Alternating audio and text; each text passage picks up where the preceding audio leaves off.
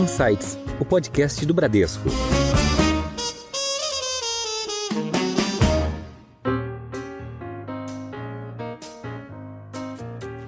E aí o café, as pessoas costumam adoçar.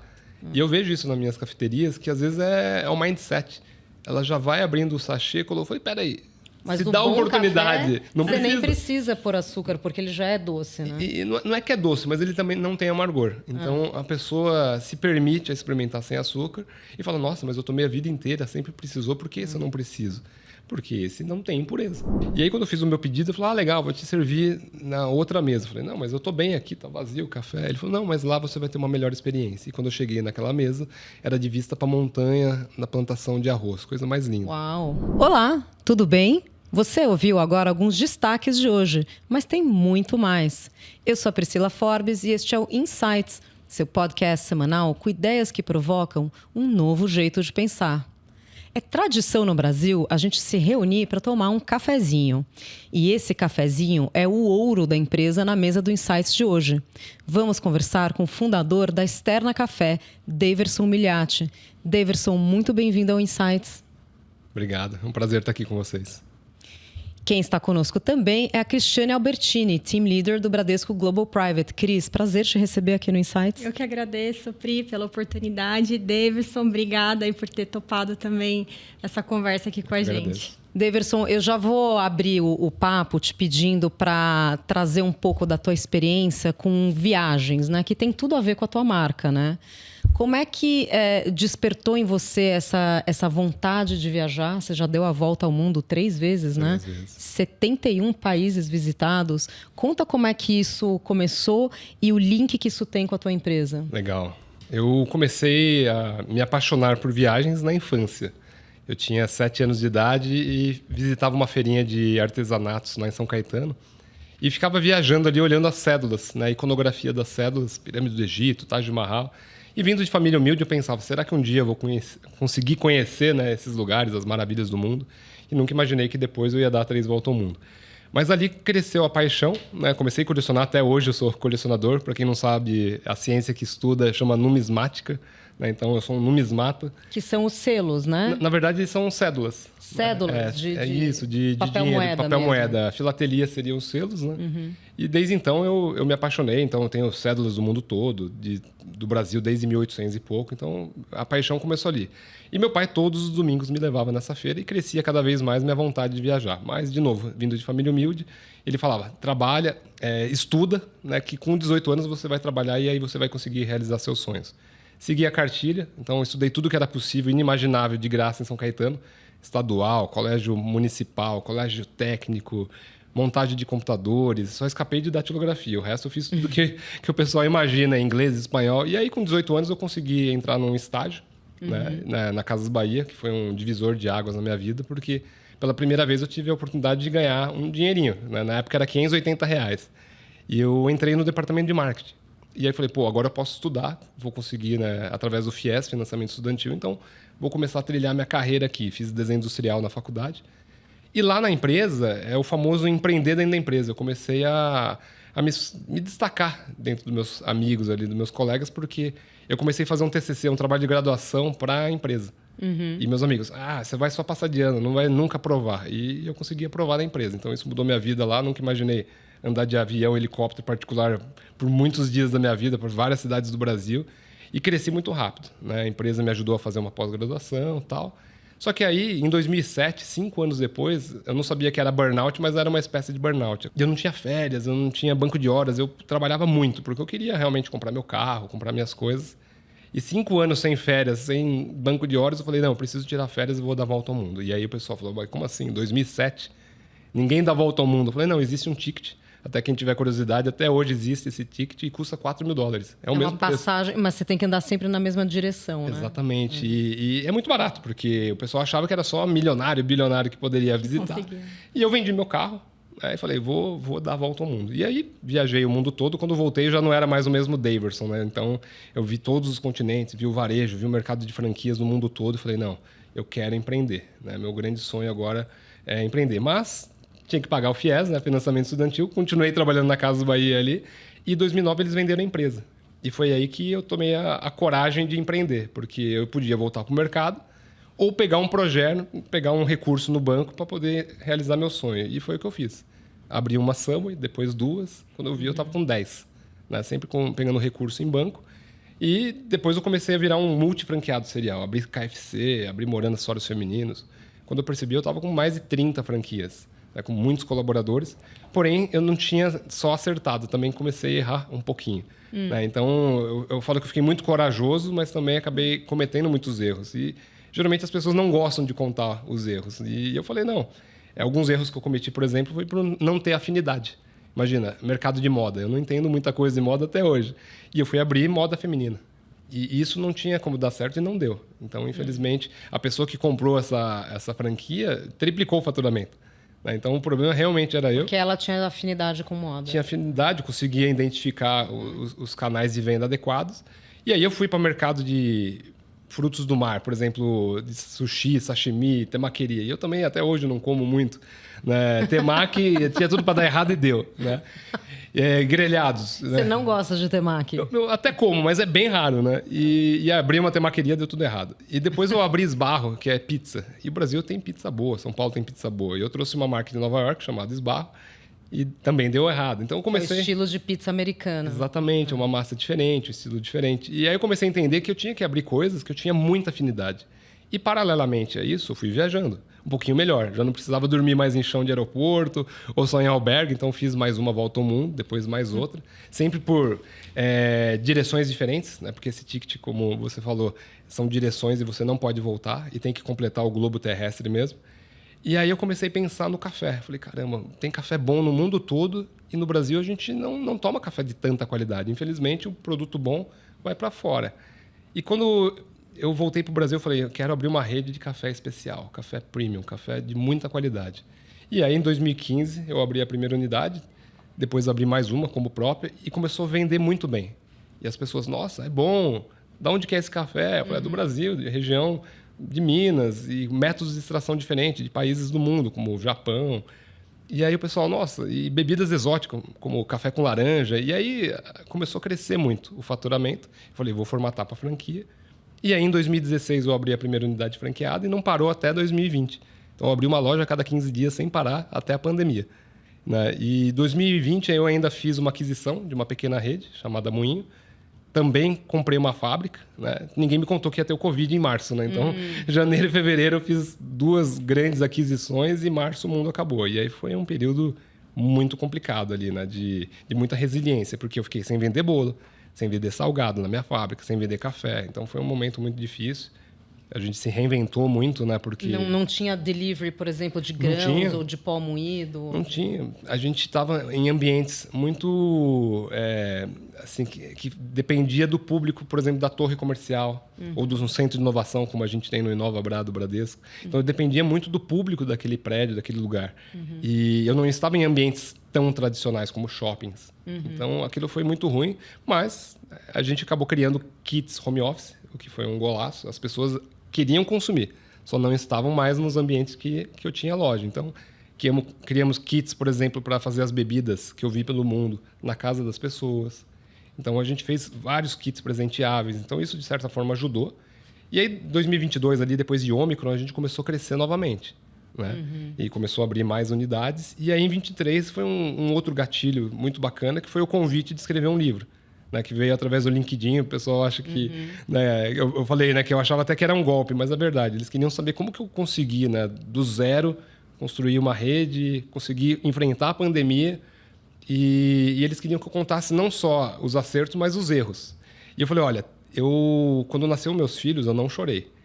Eu chorei quando eu assisti o filme Marley e eu.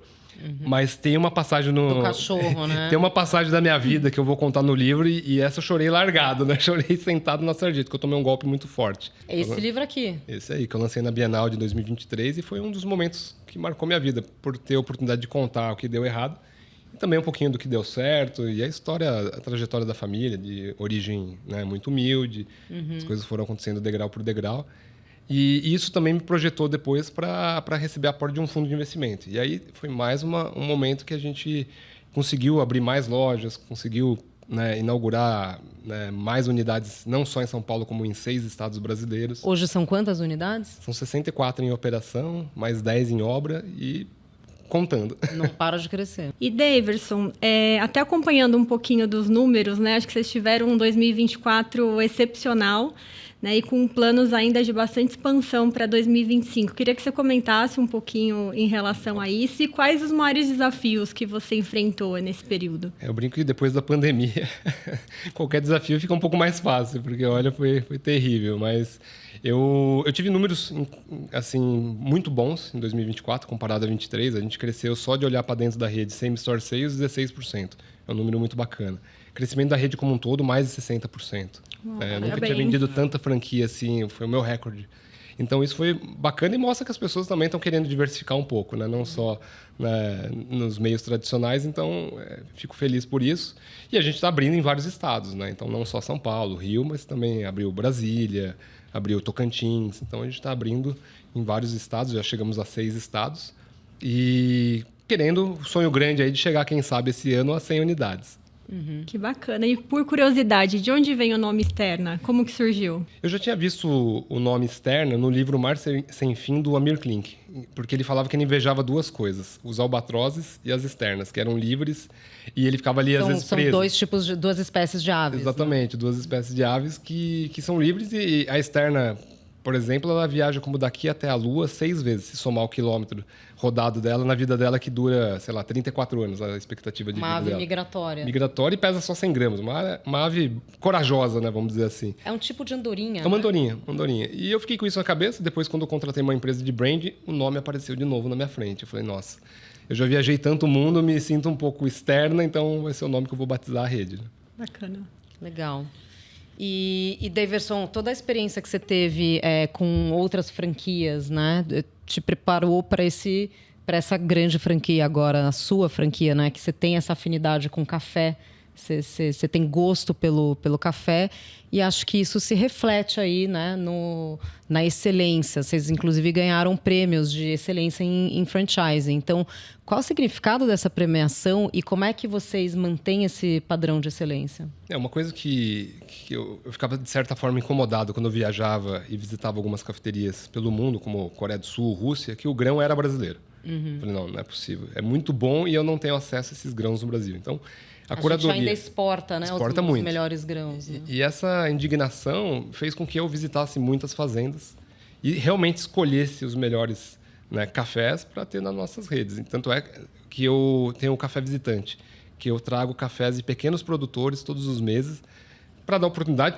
para esse pequeno produtor e também para os clientes experimentarem coisas diferentes, né? Como do Cerrado Goiano, do sul da Bahia, já trouxe até de outros países, então é muito bacana. O Brasil hoje, infelizmente, não permite trazer café verde de outros países, porém, torrado ele permite. Então, eu já trouxe da Etiópia, já trouxe da Costa Rica, então são cafés diferentes, com outro terroir.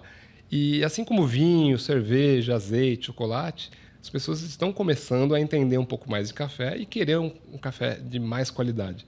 E desde o começo eu tenho essa curadoria nas lojas para que possa proporcionar isso para os clientes. Uma verdadeira experiência, não só um café por café, né? Então tem métodos coados, distração. Então realmente o pessoal fala, né, que o paladar não retrocede, não retrocede mesmo.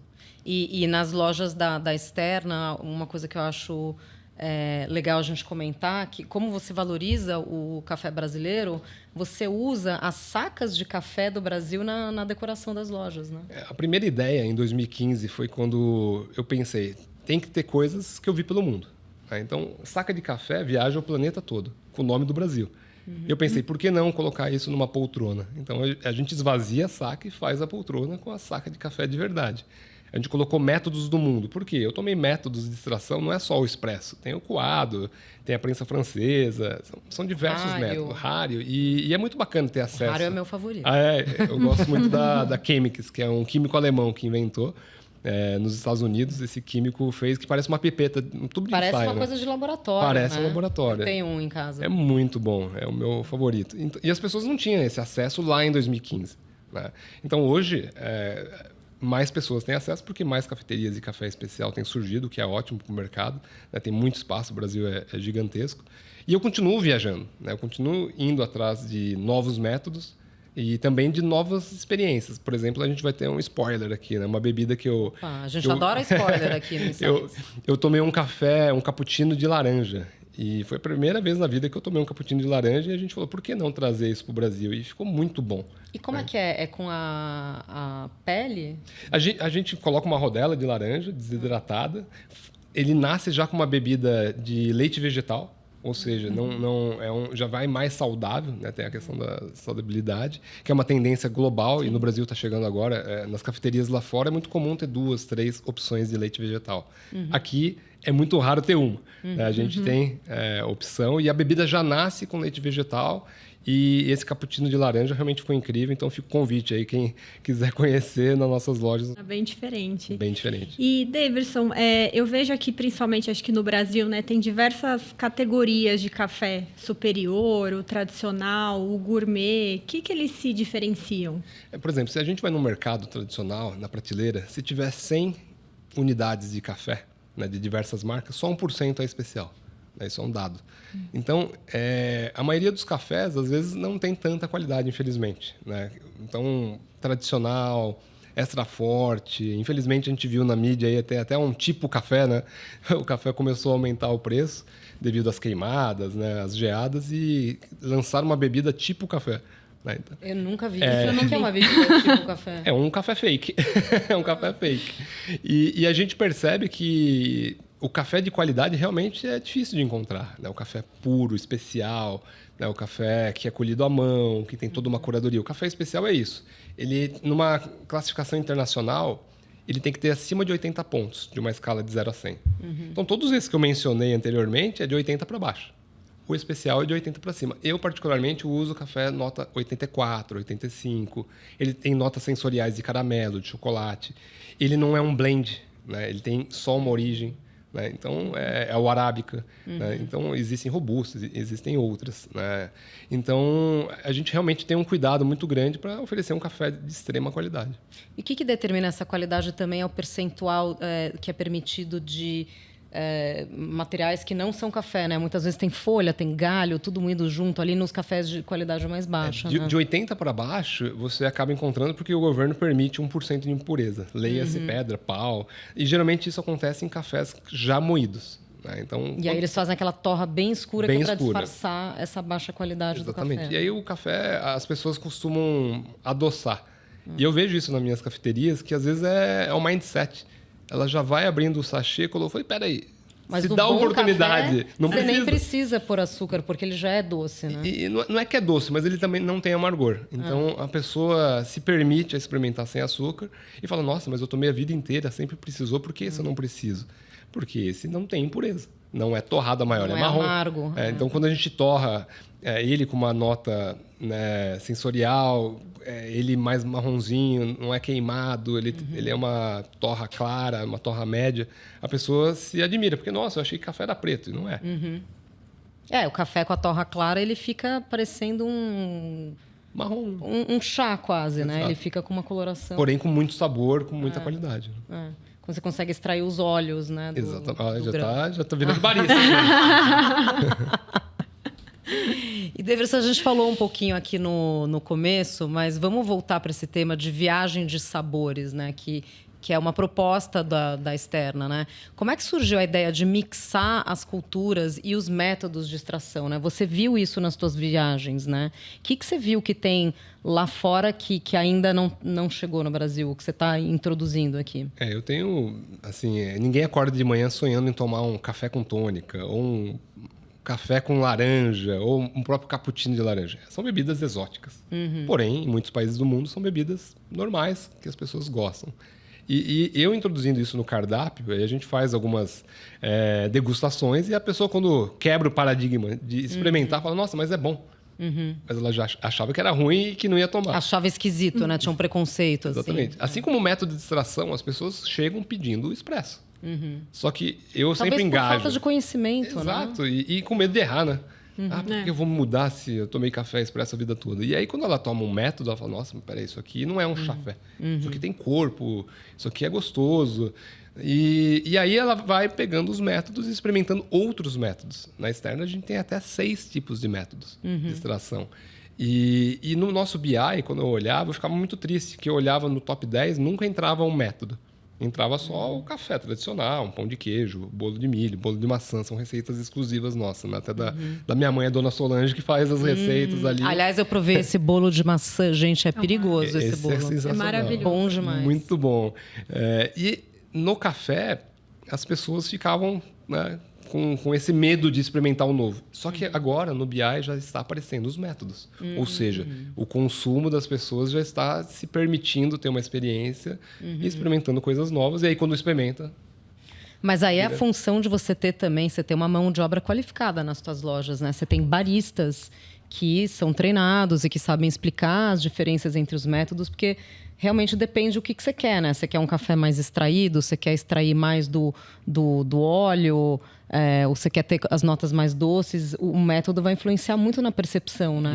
Sensorial do café. A gente tem até uma universidade do café que treina, né, os nossos atendentes para se tornarem baristas. É uma universidade online. Gente, baristas, para quem não sabe, não é quem trabalha em bar, tá? É quem é o especialista na preparação do café. Exatamente. E a gente também tem uma Copa Barista, que aí nossos atendentes treinam o ano todo em busca da xícara perfeita.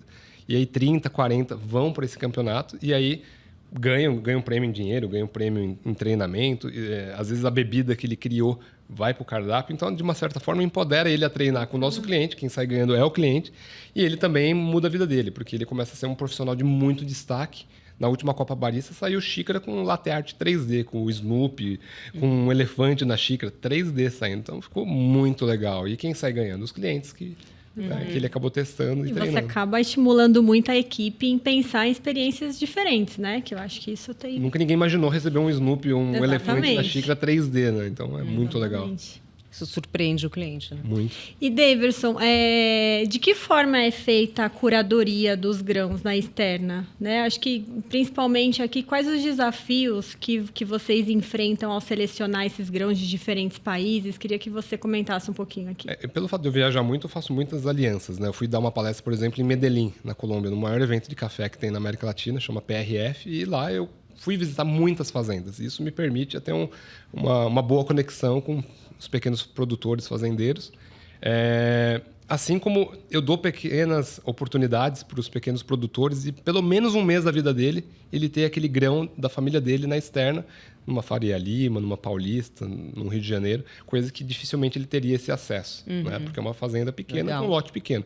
Então, de certa forma, ele me ajuda, porque eu vou ter um produto super exclusivo, e eu ajudo ele também, porque ele vai ficar famoso no mercado, e isso é bom para ambos os lados.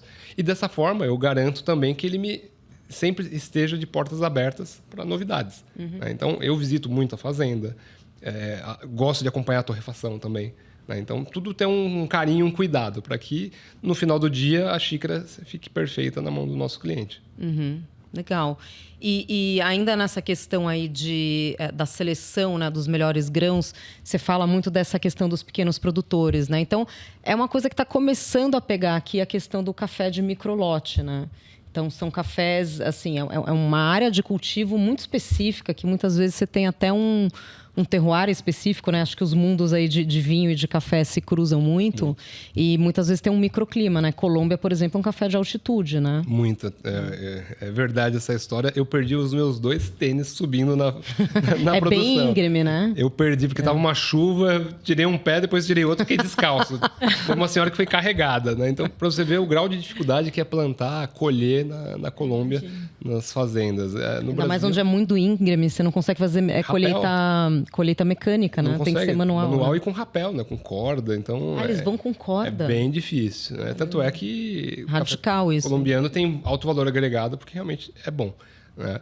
Mas no Brasil a gente tem muitos cafés muito bons também e vários solos que não são muito tradicionais, né? Como Cerrado Goiano, sul da Bahia, não é muito tradicional e é um café de extrema qualidade. Até na Amazônia agora a gente está tendo bons cafés, né?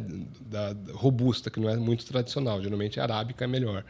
Mas é muito bacana e esse trabalho tem que continuar. Né? Eu continuo visitando, continuo ficando de olho. Por exemplo, eu fui numa fazenda em Serra Negra, bem pequenininha, e é o café biodinâmico. Né? Então, que segue os preceitos de Rudolf Steiner, que tem isso nos vinhos também. Exatamente. Né? E aí ela tinha colmeias de abelha de uma empresa que aluga colmeia de abelha. Eu falei, peraí, existe uma empresa que aluga colmeia de abelha para deixar perto do café. Ela falou, Sim, porque é importante pela polinização. Então, Exato. planta bananeira. Então, é uma série de coisas que as fazendas têm feito para melhorar cada vez mais o café. E é um café de extrema qualidade, né? Daverson, você comentou bastante aqui com a gente no início em relação à sua jornada de empreendedorismo, né? O que você vê de maior desafio para empreender no Brasil? Sempre foi um grande sonho, mas com muito medo. Porque eu quando trabalhava na Casa Bahia, nem imaginava o que era um CNPJ, o que era um boleto de imposto do Simples Nacional.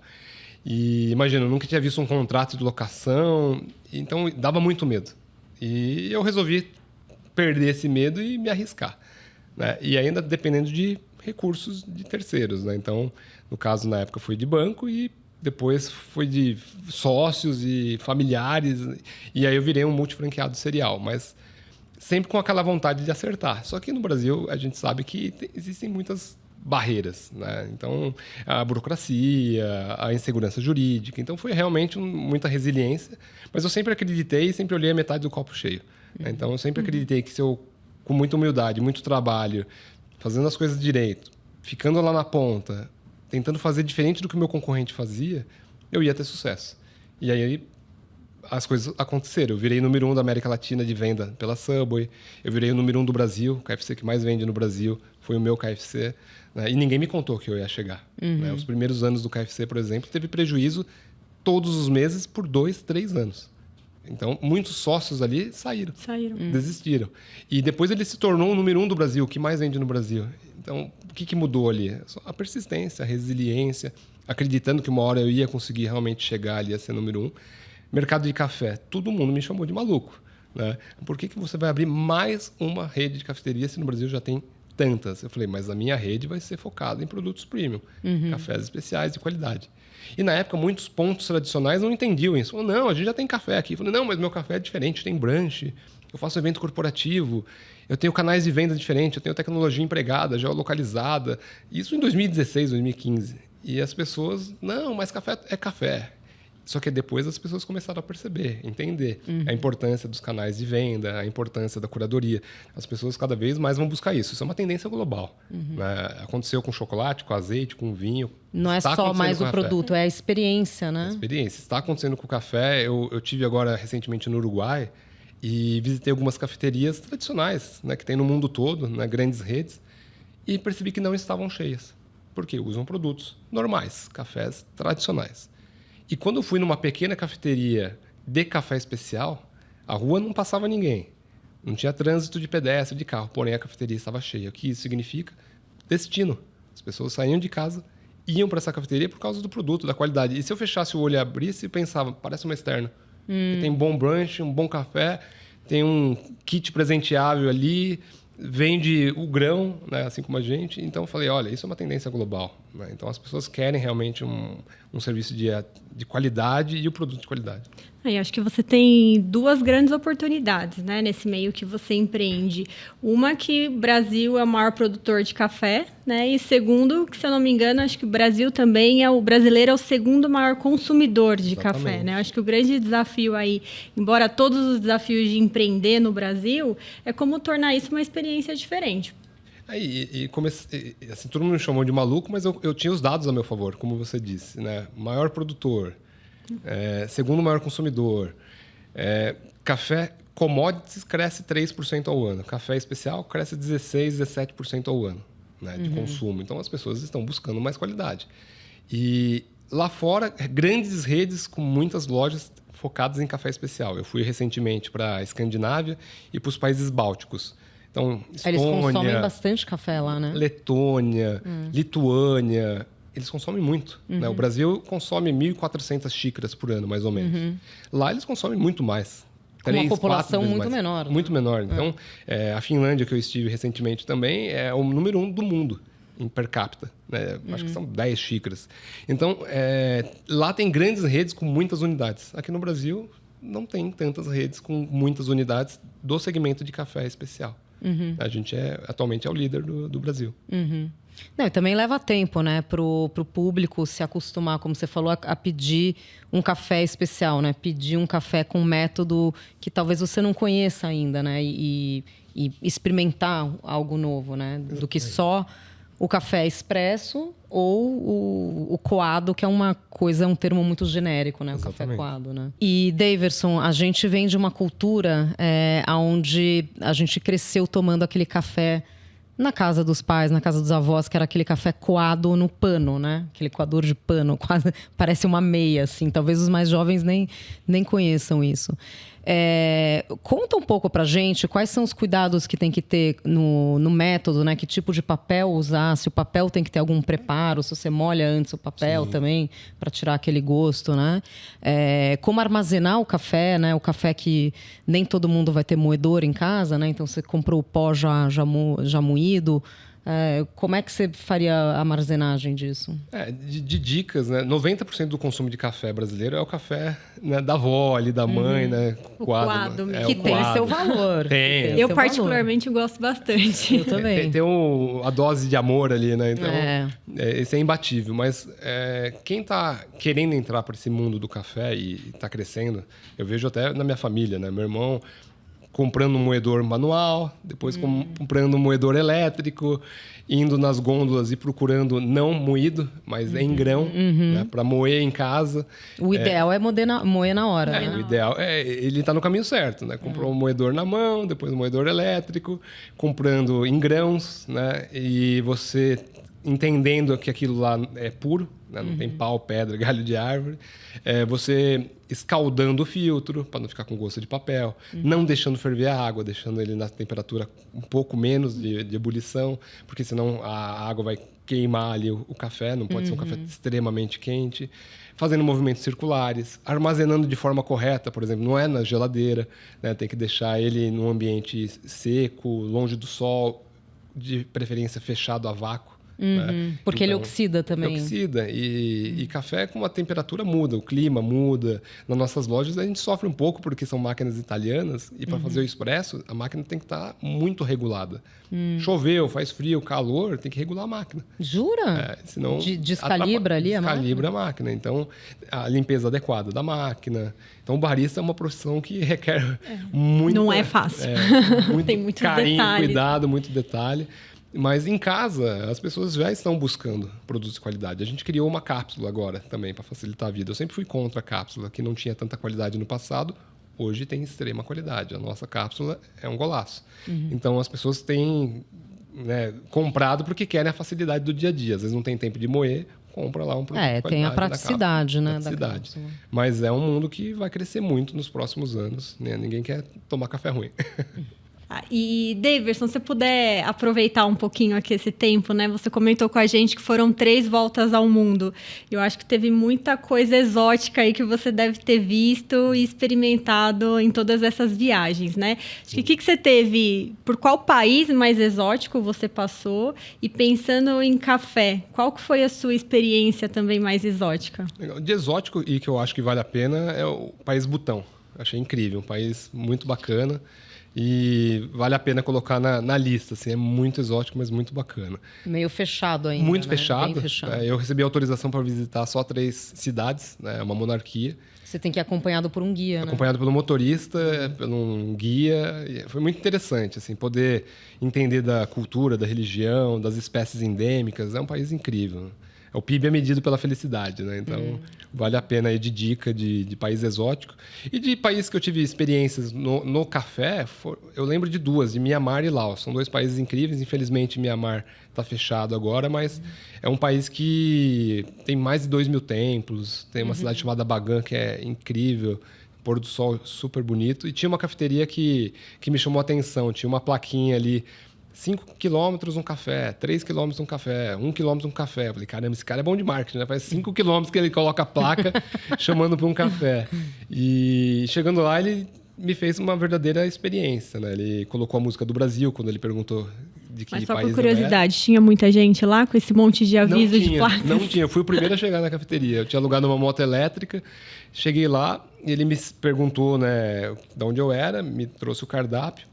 E aí eu falei, sou do Brasil, já volto. E aí ele colocou uma música brasileira. Né? E aí eu falei, que carinho, né?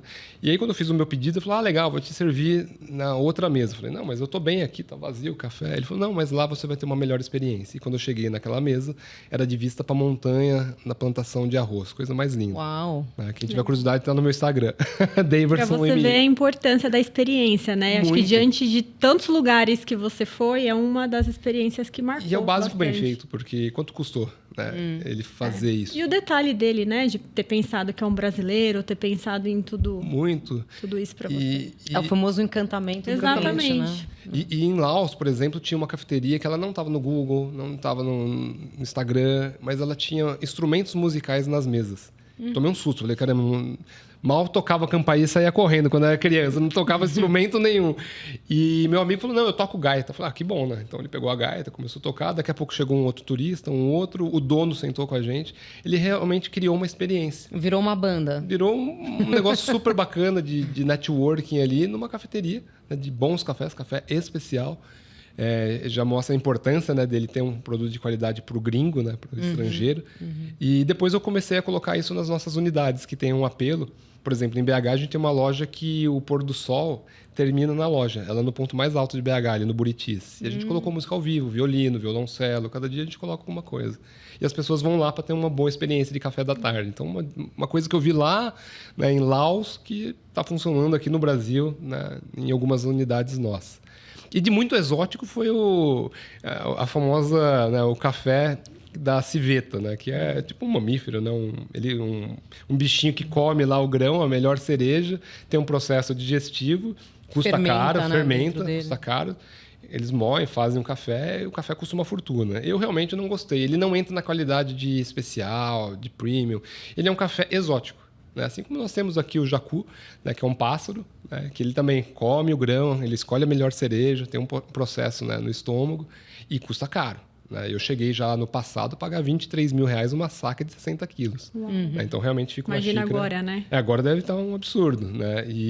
Mas, de novo, também não entra na qualidade de especial, entra como exótico. Eu particularmente não gostei. É um café que passou pelo trato digestivo de um animal, né? Sim. E é isso bem confere exótico. características organolépticas, sei lá. Eu achei mais cítrico e exótico, né? Particularmente, eu gosto muito de café mais pro chocolate, caramelo, né? Essas notas sensoriais, né? Então, tem muito marketing também por trás, né? Então, mas eu prefiro caramelo e chocolate mais gostoso. Muito bem. Bom, infelizmente a gente está encerrando a nossa conversa, mas como não poderia deixar de ser, no Insights a gente tem a nossa tradição de pedir aos nossos convidados alguma dica cultural, além das dicas que você já trouxe hoje aqui, já falamos, né, do seu livro, se você quiser reforçar aqui o seu livro ou dividir alguma outra dica aqui com os nossos ouvintes. Eu liberei um desconto especial na Amazon para quem comprar o É Preciso Coragem para Voar. Né? A oportunidade de ver as coisas que eu acertei, as coisas que eu errei, um pouco do mundo do café, um pouco do mundo das voltas ao mundo, né? Quem tiver interesse de viajar ao mundo aí tem boas dicas. Mas um livro que eu gosto muito é inclusive de um grande amigo, né, que escreveu a orelha do meu livro, que é o Wilson Poit. Ele fez o livro O Não Você Já Tem, então vá à luta. Então tem um pouco a ver com a minha história, né, de infância difícil. Tem a ver com coragem também. E com coragem também, porque tinha tudo para dar errado, mas eu de novo olhava a metade do copo cheio e queria muito, né, que desse certo e fiz por onde, né? Ainda tenho muito para aprender, muito para caminhar, mas tenho acertado mais do que errado. E de filme, eu gosto muito do Fome de Poder, né, que fala do McDonald's. Então, eu me vejo um pouco, né, no personagem ali, quanta dificuldade para ele conseguir, né, crescer na vida. Né? Cheguei até a me emocionar nesse filme. Assim, ninguém acreditava no início. Vendo a minha história ali, fazendo um paralelo, falei, cara, que foi realmente difícil, é muito difícil, mas depois que dá certo, dizem que foi sorte. Mas no final do dia é muito trabalho, né? Nada resiste ao trabalho. Muito bom. Cris, o que você gostaria de compartilhar hoje com os nossos ouvintes? Pri, primeiro eu queria agradecer essa conversa aqui muito bacana que a gente teve. Daverson, obrigada pelo livro. Prazer. Acho que foi uma história aqui muito bacana de empreendedorismo, né? De entender todos os desafios que você passou e principalmente por todos os atos de coragem. Obrigado. E eu pensei aqui, Pri, um livro que veio agora na minha cabeça, é O Jeito Disney de Encantar os Clientes. Que eu acho que tem muito a ver com a história que o Daverson comentou aqui com a gente. gente, né? Que é como trazer experiências diferentes, como encantar os clientes. Então, é isso que eu queria contribuir aqui agora para vocês. Muito bom, Cris. Bom, esse foi mais um episódio do Insights, o podcast do Bradesco. Eu tive o prazer de conversar com o Daverson Migliatti, fundador da Externa Café. Daverson, obrigada mais uma vez. Eu que agradeço a oportunidade. Queria agradecer também a Cris Albertini, Team Leader do Bradesco Global Private. Cris, prazer te receber aqui. Obrigada, Pri, pelo convite. Obrigada, Davis. E vocês que nos acompanham já sabem, né? Que o Insights está nas principais plataformas de áudio e no Instagram, no perfil @podcast.insights. Siga nosso perfil, envie suas dúvidas e sugestões. Tchau, até a próxima!